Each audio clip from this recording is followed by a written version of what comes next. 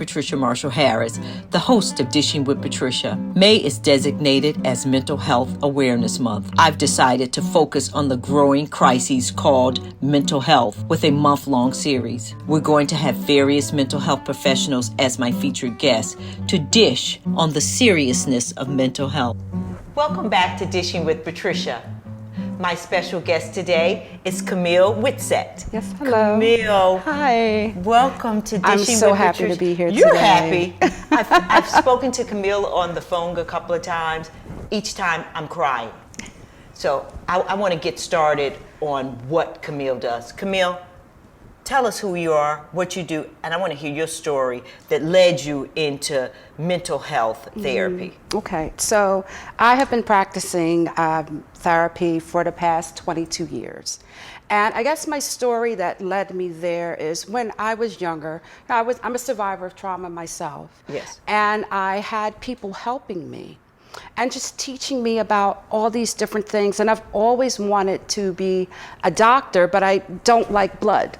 Okay. So I said, well, what is the best way to do this, you know? And the mind is just absolutely fascinating to me. Yes. And I just love that journey of helping people and just giving back in the same way that so many people gave to me to help me resolve my traumas and start looking at things in a completely different light. They really just changed my whole view of how I looked at the world before, when I was hurting, and after I was helped.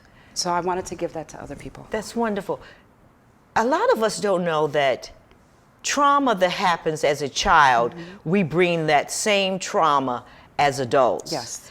And sometimes the tools that we needed as a child is different than the tools you need as an adult to maneuver that, let's say, for lack of a bit, that minefield. Tell me about that. Well, you're absolutely correct. So whatever traumas that we've had as children, our brains only know how to process that as a 6-year-old child, as a 7-year-old child, as an 8-year-old child.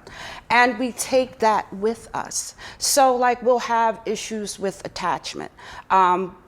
The best way that attachment was ever defined to me is when a person is a child and that connection there between the caregiver and the child. When that child sees that connection, then they know that the world is secure. Okay. But when that connection isn't there, then it breeds attachment issues, avoidance, and fearful avoidance, which makes you afraid to connect close with people because the people who were part of your nucleus weren't close to you. They may have left, they may have abandoned you for whatever reason. They may have had their own issues and traumas and addictions where they weren't able to be completely there for you. So then we start taking in these messages as though I'm not good enough, I can't trust anybody, I don't belong.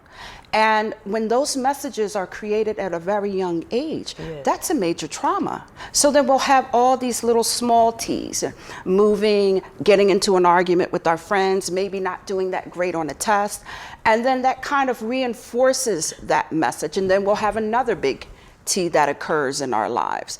And so by the time a person comes to me, and I'm honored to work with them, they have all of these traumas that have occurred in their lives, big T's and little T's, that reinforces that message that may have started when they were 6, 3, 4, 5.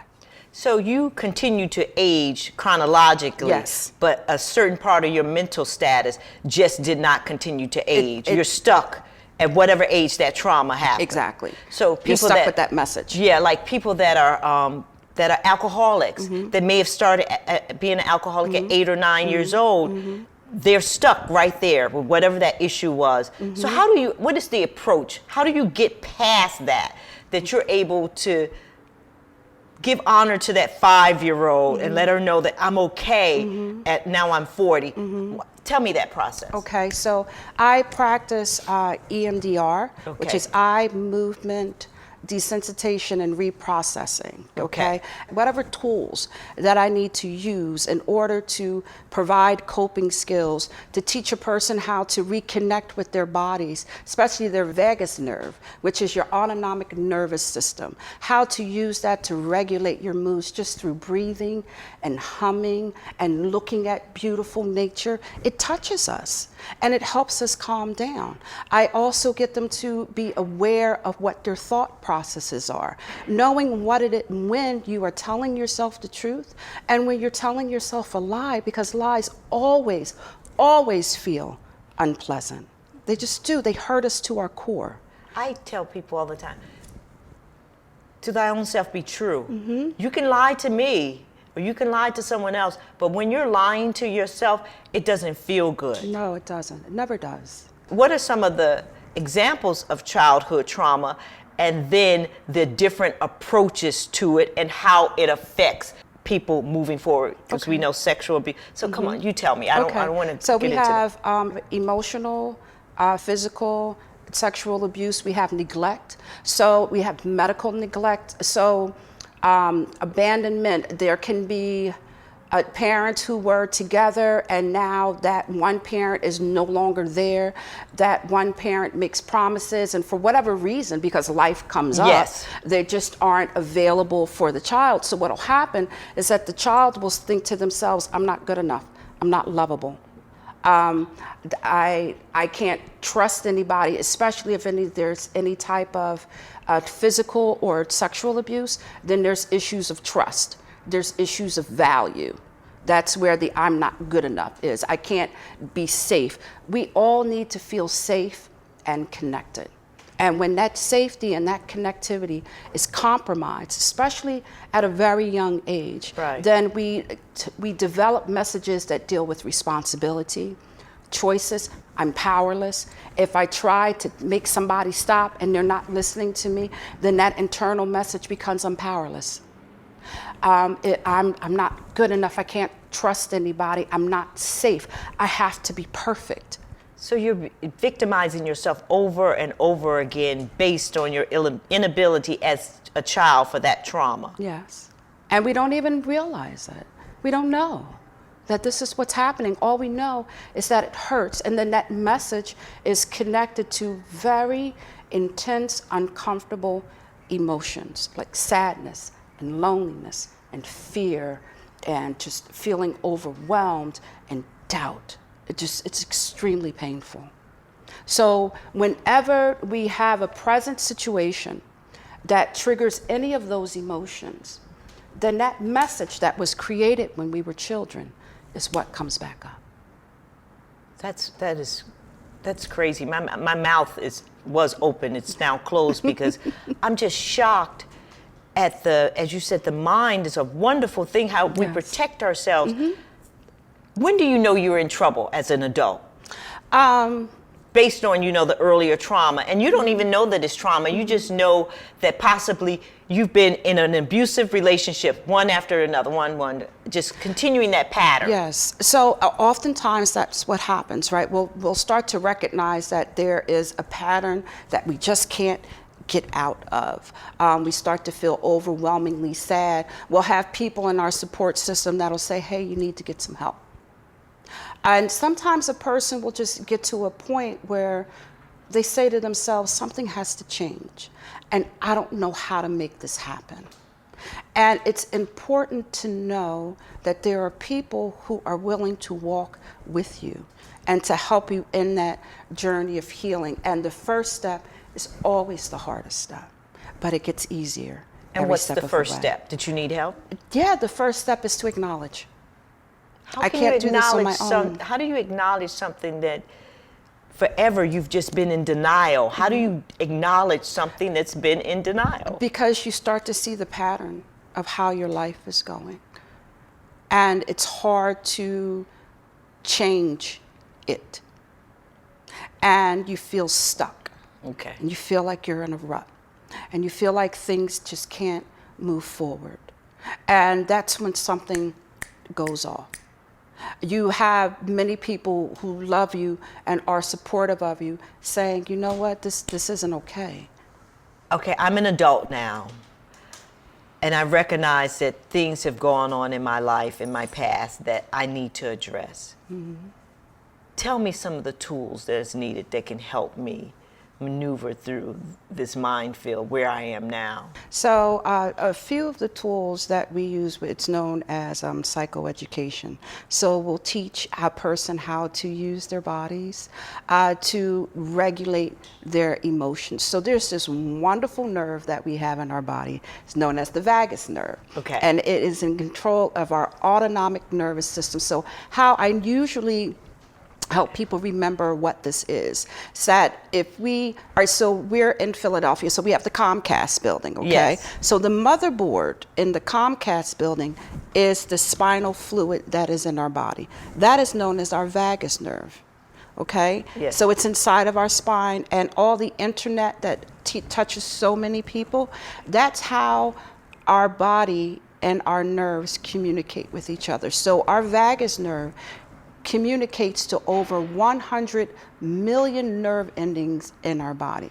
It controls our eyes, our heart, our breathing, our digestion, our blood rate, everything. So when we learn how to regulate that through breathing and looking at beautiful nature and taking pictures of that and just being one with that moment, it allows us to be present. And when we're present, we're not thinking about the past and we're not catastrophizing about our future.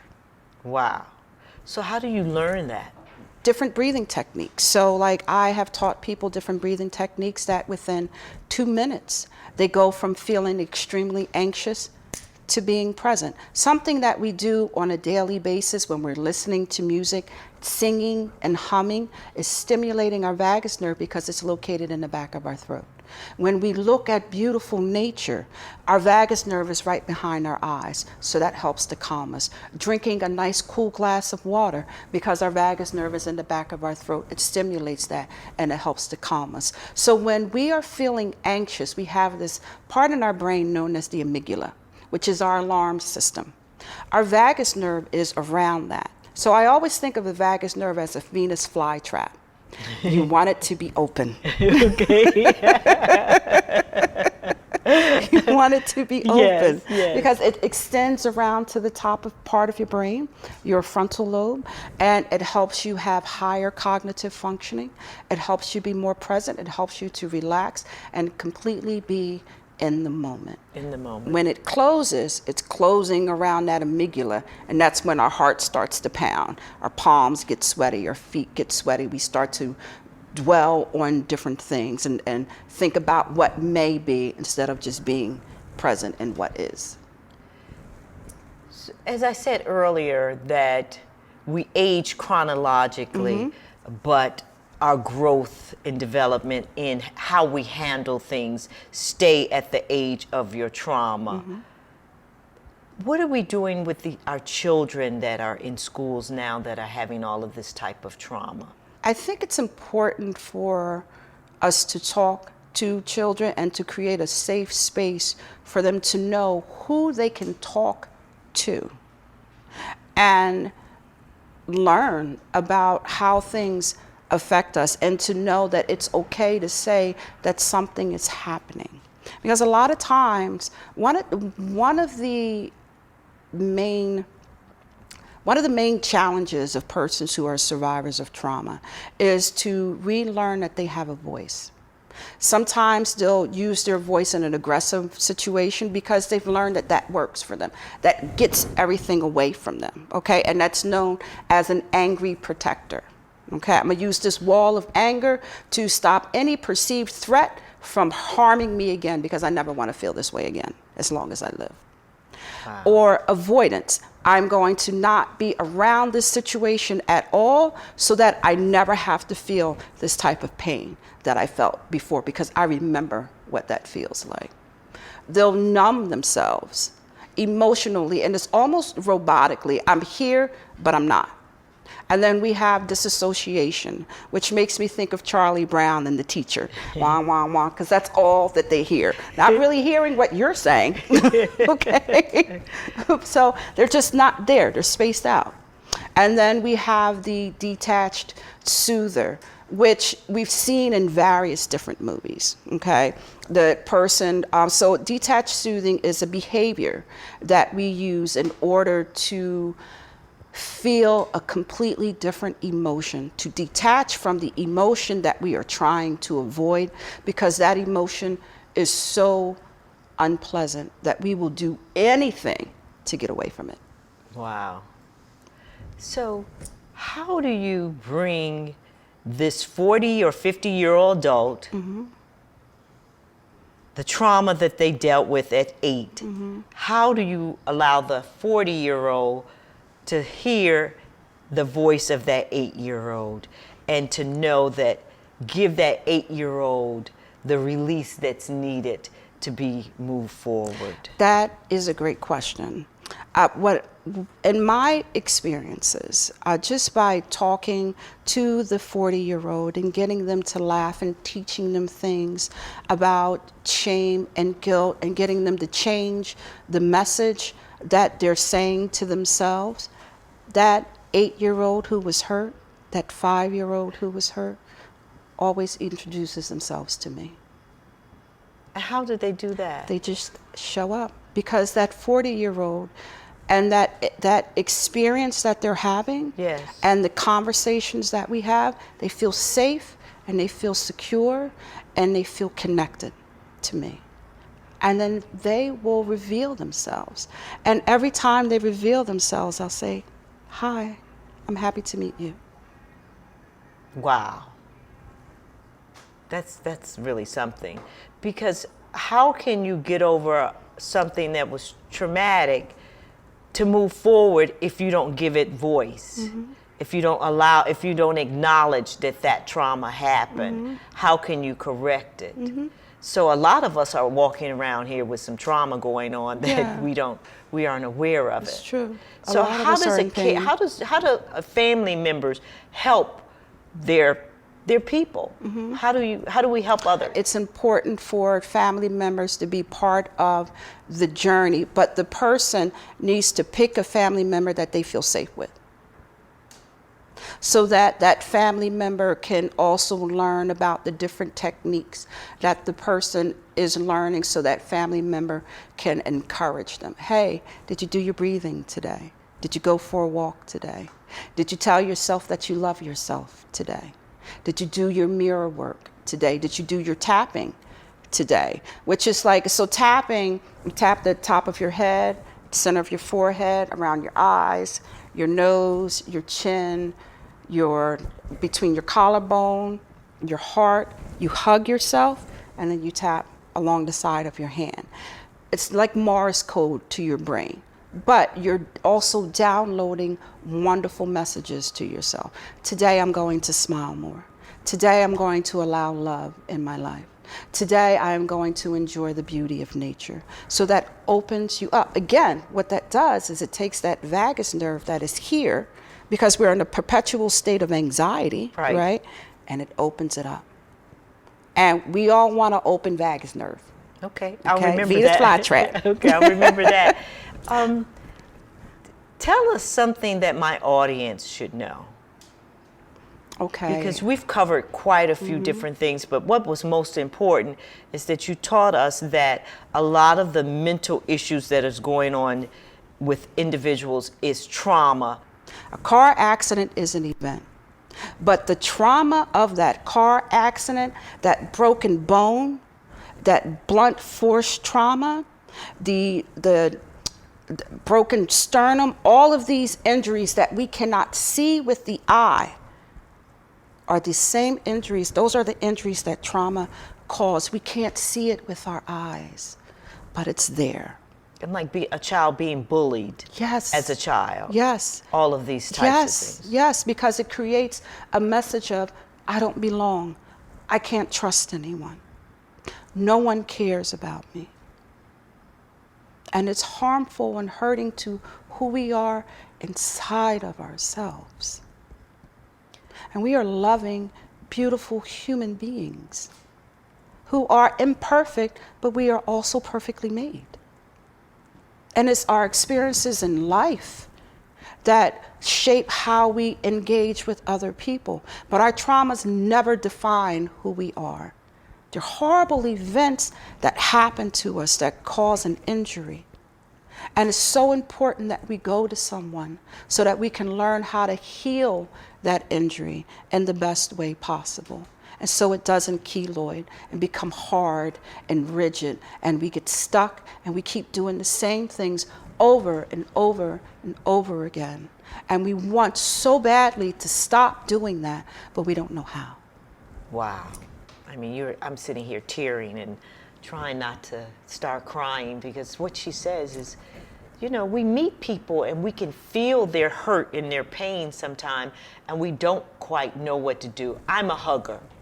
So people, when I meet them, I say I'm a hugger because I don't know what their day is going on, and I want to embrace you so you know that I am a good space. Yes. I'm hoping I'm a good space. You are a wonderful space. Thank you. Camille, therapy is expensive. We know that it is. A lot of people need help, or they're not able to get out, any myriad of things.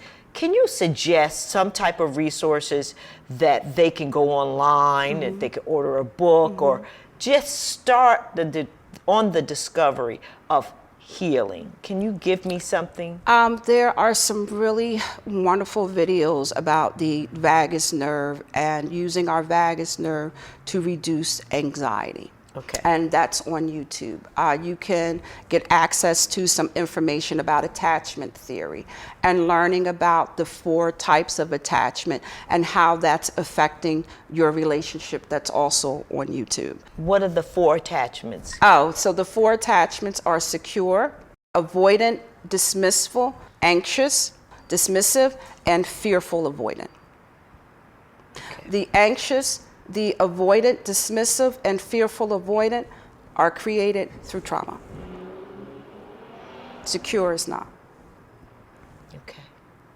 And those attachment styles affect the types of relationships that we have with persons in our family, with our colleagues, with our friends, and with persons that we decide to share our lives with, our intimate relationships. This has been a mouthful.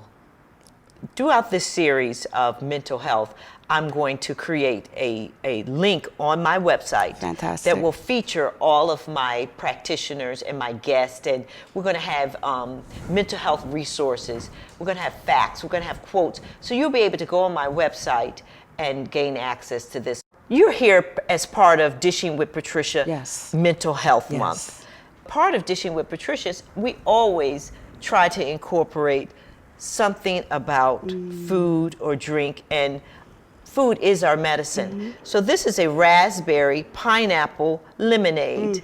It's very refreshing. Yes. It's important that we hydrate, and this is raspberries, which are high antioxidants. Pineapples are anti-inflammatory, and then lemon, of course, is a natural astringent for your body. Yes. So I hope you like this. I do. Thank you so much. Thank you. You can find all of the recipes on my website. But Camille, before we go, is there anything else that we have not talked about that is important that we need to share? Nutrition is essential to mental health as well. We have to eat well. We have to make sure that our bodies are running on great fuel, because that affects our moods.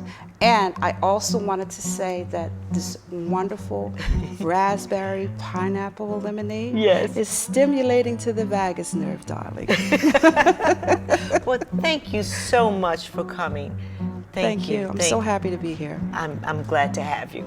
So until next time, bye. Bye.